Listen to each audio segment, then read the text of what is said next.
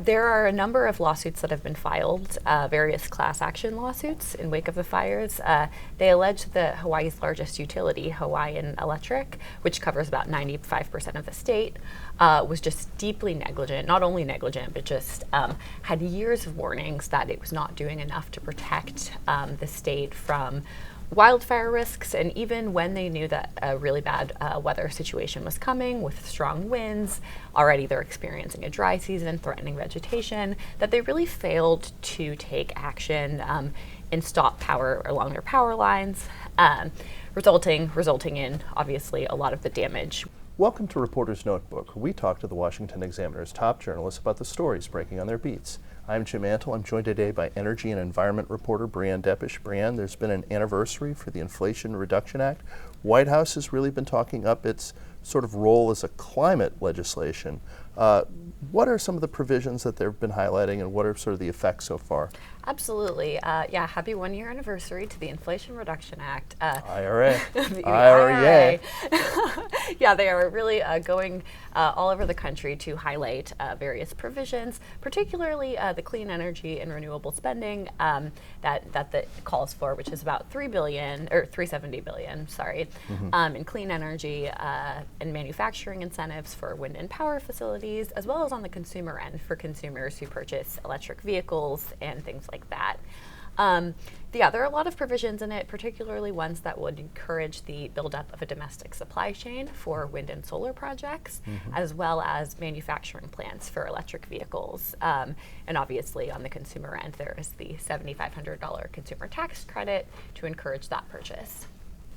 So there's been these wildfires in Maui. They've been deadly wildfires, and there's been a lot of scrutiny of the utilities in Hawaii. Talk a little bit about why they're being criticized and what role that has played.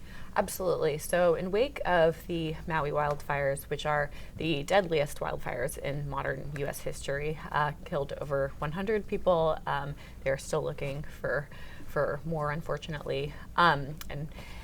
So there are a number of lawsuits that have been filed, various class action lawsuits in wake of the fires. They allege that Hawaii's largest utility, Hawaiian Electric, which covers about 95% of the state, was just deeply negligent, not only negligent, but just had years of warnings that it was not doing enough to protect the state from wildfire risks. And even when they knew that a really bad weather situation was coming with strong winds, already they're experiencing a dry season, threatening vegetation, that they really failed to take action and stop power along their power lines, resulting in obviously a lot of the damage when the winds knocked over the lines. But prior to that, for years, various government commissions had led different studies that said they should reduce vegetation, kind of make buffer zones around the power lines so that if they did fall, they wouldn't result in the wildfire like we saw this past week. So yeah, a lot of action there, and a lot of outrage on behalf of the Hawaiian people. Definitely. So you've written about how insurers are fleeing California. Why? What's making them leave? So a lot of the big name insurers have been pulling out of California. Same thing as, similar theme of wildfires. Sure. Allstate and State Farm are two of the big name heavyweight insurers in the state. They both announced this summer that they will stop insuring new properties. That's largely because of issues of environmental issues like wildfires, extreme weather events, but also a challenging reinsurance policy. California is the only state in the U.S. that requires insurers to take into account 20 years of historical data to set its pricing models. So basically, they're not accounting for years of, recent years of more severe weather events, like the Camp Fire in 2018, other wildfires that have hurt the state. And so they say that's not really fair. Consumers are not paying an accurate price, and it's just not the cost of doing business in the state. There are losses. They cannot afford to pay those losses. State Farm can't give everyone the Patrick price in California. Exactly. So finally, we have some kids in Montana, and they are suing over climate change. Talk a little bit about that case. They actually won in a landmark case. Basically, they had sued the state over allegations that that its state constitution, or that the state was violating its constitution by authorizing a ton of fossil fuel projects, a ton of coal projects in the state, which violated what they allege was their constitutional right to a safe and healthful environment.